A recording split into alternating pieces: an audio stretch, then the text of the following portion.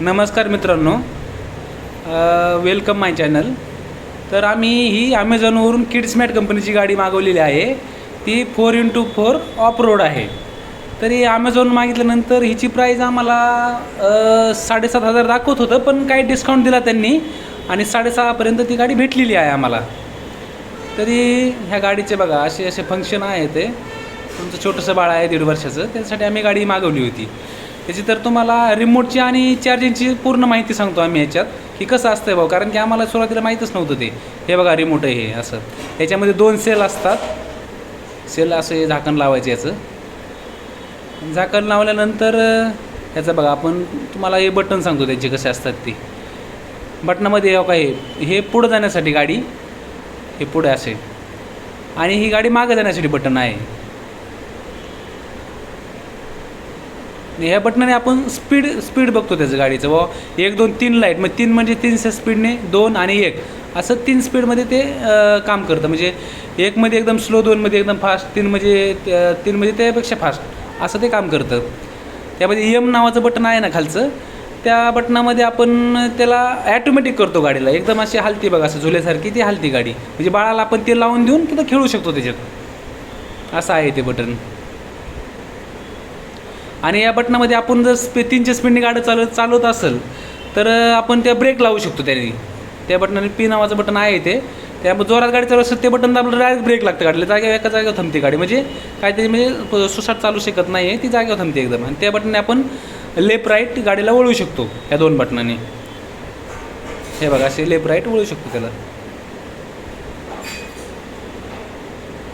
तर आपण तुम्हाला स्टेअरिंगची माहिती, स्टेअरिंगमध्ये 2 बटन आहेत. त्यामध्ये एक सॉन्गचं बटन आहे, सॉन्ग लागलं तर ही लाईटिंग लागते पूर्ण. आणि हे हॉर्न आहे.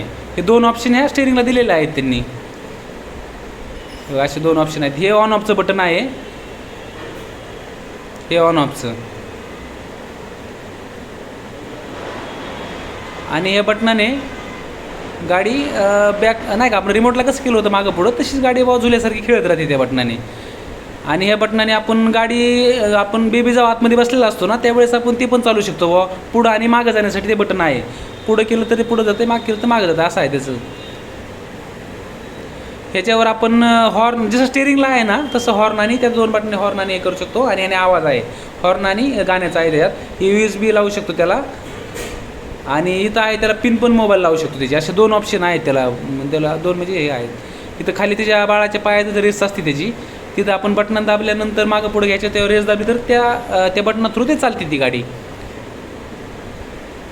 इथं चार्जिंगचा पॉईंट आहे. आपल्याला खरं तर आम्हाला नवीन घेतल्यानंतर चार्जर पॉईंटच सापडत नव्हता.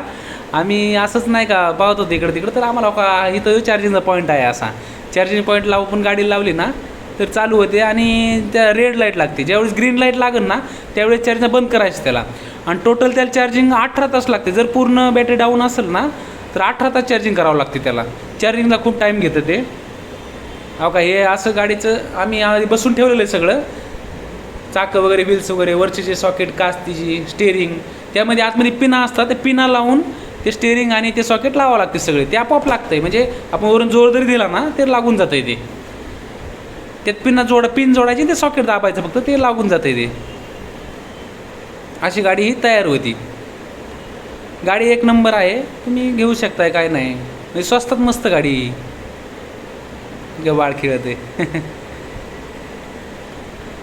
आणि तुम्हाला जर पाहायचं असेल की आमचं नाही का गाडी आम्ही कशी बनवली, कशी ती तयार केली, म्हणजे नाही का कशी आपण ते जे पार्सल येतं ना, पार्सलमध्ये गाडीचे सुटे भाग घेतात सगळे.